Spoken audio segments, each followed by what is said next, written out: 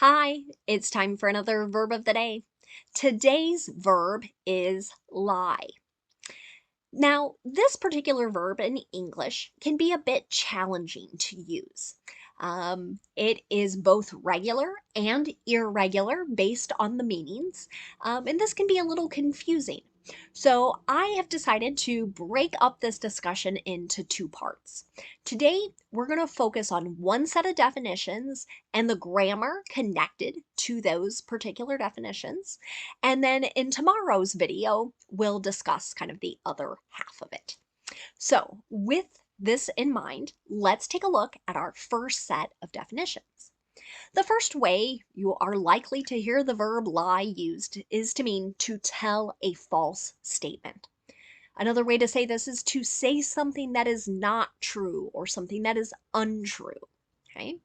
Unfortunately, we probably have all encountered this verb. Maybe we have lied to someone else, or someone has lied to us in the past. And what motivates a lie can be different. Sometimes people are saying something to another person because they think that's what the person wants to hear. They might be doing it to protect themselves or avoid punishment.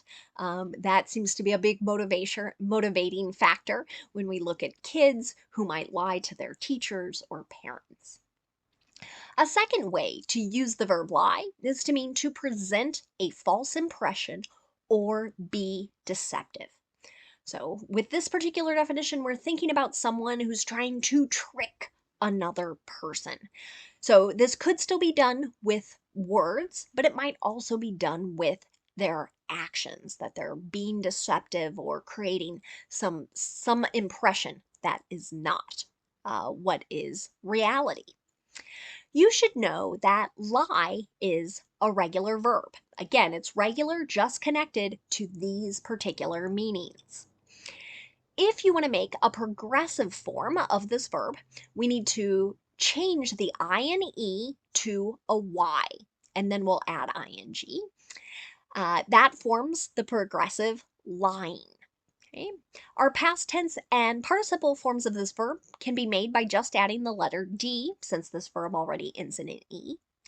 Our base verb, lie, I, ends in a voiced vowel sound. So our past tense ending is just going to make a D sound. It should sound like this: lied, lied. Okay. Now, connected to these particular definitions, I don't have any additional phrasal verbs or meanings that we need to study today. This is going to allow us to focus on practicing our verb of the day in a couple different verb tenses. Today, we're going to talk about the present perfect and the present progressive. You might know that second verb tense is the present continuous. They mean the same thing. Let's start with the present perfect. We can use this verb tense to talk about an action that started in the past and continues into the present, or we can use it to describe an action that occurred at some point in the past, but that point in time is unknown, right? It could be last week, it could be 15 years ago, we just don't know. To make an affirmative sentence in the present perfect, we need two parts.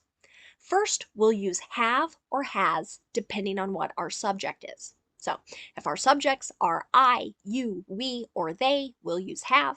And if the subjects are he, she, or it, we'll use has. Okay, so have or has, and then we use the participle form of the verb. You can see that in the example sentence, my best friend has lied to me. Okay?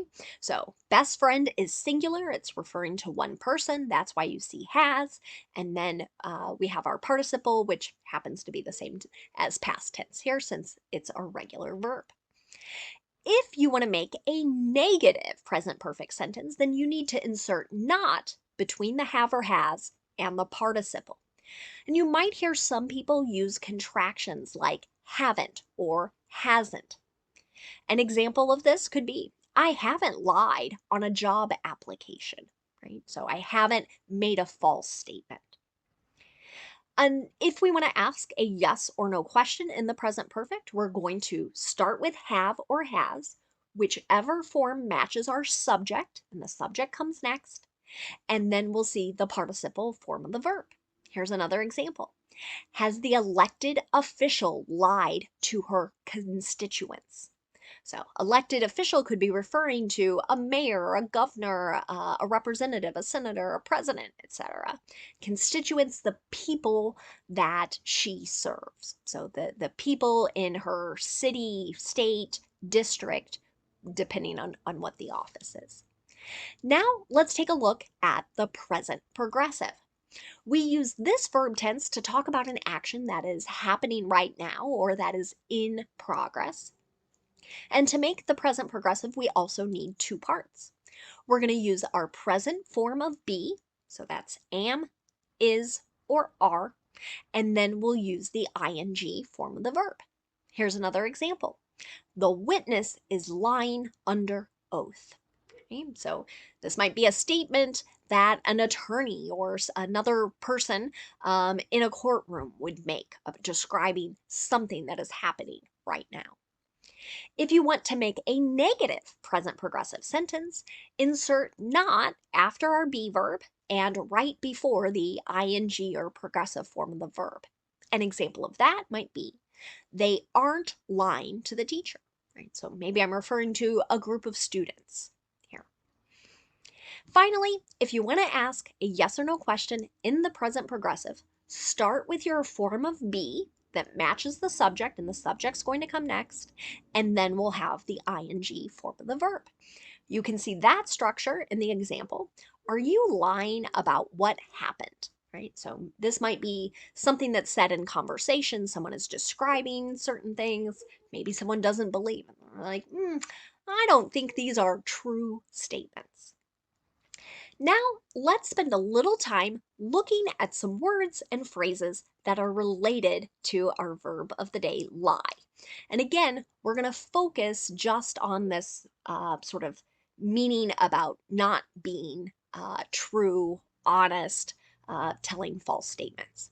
So the first word we're going to look at here is just the noun form of the word. So exact same spelling, exact same pronunciation.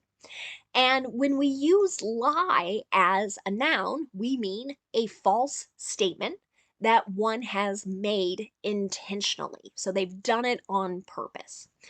I know there have been times where I make a mistake, but it wasn't something I was trying to do. I was not trying to tell someone a false statement. I might have done it accidentally, but not intentionally. That we might not consider a lie. Unless someone doesn't correct it and they keep repeating that statement and they know it's not true. So, an example of this noun in a sentence might be, did you tell me a lie? Right? So, maybe a parent is asking their child that question. Connected to this is the noun liar. This is a person who tells lies. So, an example of this could be, I don't want to be friends with a liar.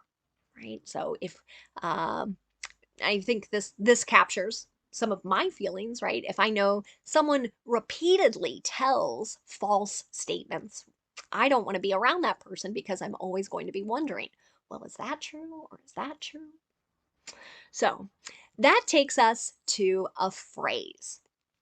If you lie through one's teeth, it means that someone is pretty boldly telling a lie and they don't feel bad about it. Many times, as someone says something that's untrue, they might kind of inside themselves be like, oh, I can't believe I did that or I said that. I feel bad about it. Okay. But if we have a liar who continues to make false statements and they don't feel sorry through it, then we might describe them in this way. An example of this phrase in a sentence might be, that politician always lies through his teeth. So you're going to see a possessive adjective generally before teeth, right? So this is someone who just lies and doesn't feel bad about doing it. Thanks so much for watching part 1 of our discussion of the verb lie. I hope you'll tune in for the second part tomorrow. Have a great day.